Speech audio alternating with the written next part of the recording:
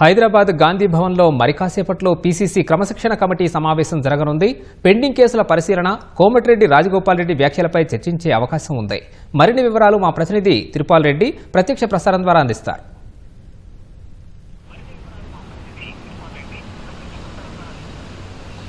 అనుదీప్, మరి కొద్దిసేపట్లో గాంధీ భవన్లో పీసీసీ క్రమశిక్షణ కమిటీ సమావేశం జరగనుంది. కమిటీ చైర్మన్ మల్లు రవి నేతృత్వంలో ఈ సమావేశం జరగనుంది. ప్రధానంగా గత కొంతకాలంగా కాంగ్రెస్ పార్టీలో ఎవరైతే పార్టీకి వ్యతిరేకంగా గలం విప్పుతున్నారో వాళ్ళందరికీ సంబంధించి ఇప్పటికే ఫిర్యాదులు అందినా ఆ ఫిర్యాదుల మీద విచారణ కొనసాగుతోంది. అయితే తాజాగా రాజగోపాల్ రెడ్డి ఇటీవల ముఖ్యమంత్రి సోషల్ మీడియాకు సంబంధించి చేసిన వ్యాఖ్యలను తప్పుపడుతూ ముఖ్యమంత్రి వ్యాఖ్యలను తప్పుపడుతూ మునుగోడు ఎమ్మెల్యే కోమటిరెడ్డి రాజగోపాల్ రెడ్డి చేసిన వ్యాఖ్యలను పార్టీ తీవ్రంగా పరిగణిస్తోంది. ఒకవైపు ఏఐసీసీ కూడా ఇప్పటికే అందుకు సంబంధించిన సమాచారాన్ని కూడా పూర్తిగా తెప్పించుకున్నట్టుగా మనకు సమాచారం ఉన్నది. ఏఐసీసీ క్రమశిక్షణ కమిటీ సూచనల మేరకు పీసీసీ క్రమశిక్షణ కమిటీ రాజగోపాల్ రెడ్డితో ఇప్పటికే మాట్లాడినట్టుగా తెలుస్తోంది. కమిటీ చైర్మన్ మల్లు రవి మాట్లాడినట్టుగా తెలుస్తోంది. అసలు ఏ పరిస్థితుల్లో ఈ వ్యాఖ్యలు చేశారు, ఎందుకు చేయాల్సిన పరిస్థితి వచ్చిందని చెప్పే కోణంలో మాట్లాడినట్టుగా తెలుస్తుంది.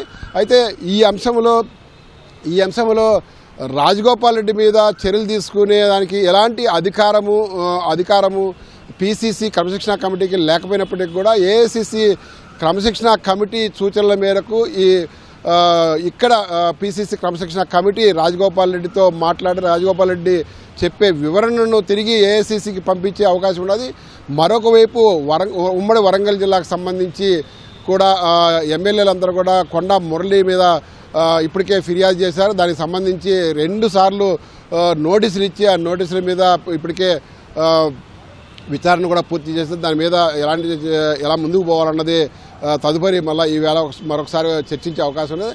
అదేవిధంగా గజ్వేలికి సంబంధించి కొంతమంది కాంగ్రెస్ నాయకులు అక్కడ డీసీసీ అధ్యక్షుడు నర్సారెడ్డి మీద కూడా ఫిర్యాదు చేశారు. దీని మీద కూడా విచారణ కొనసాగుతోంది. అదేవిధంగా అనిరుద్ధ్ రెడ్డి కూడా ఒక మంత్రి మీద వ్యాఖ్యలు చేశారు. దానికి సంబంధించి కూడా ఫిర్యాదు అందింది. దానికి కూడా ఇప్పటికే నోటీసు జారీ చేశారు. నోటీస్ జారీ చేసిన తర్వాత వివరణ కూడా తీసుకుంటే తెలుస్తుంది. దాని మీద కూడా ఈవేళ చర్చ జరిగే అవకాశం ఉంది. ఇలా అనేక ఫిర్యాదులు క్రమశిక్షణ కమిటీ ముందున్నాయి. పార్లమెంటు సమావేశం జరుగుతున్నందున నిన్న ఈరోజు 2 రోజులు సెలవు అయినందున ఈవేళ గాంధీ భవన్లో క్రమశిక్షణ కమిటీ సమావేశమై ఈ అన్ని అంశాలన్నిటి మీద కూడా సభ్యులతో చర్చించి తదుపరి ముందుకు ఎలా వెళ్లాలనే ఆలోచనతో ముందుకు ఉన్నట్టుగా తెలుస్తుంది.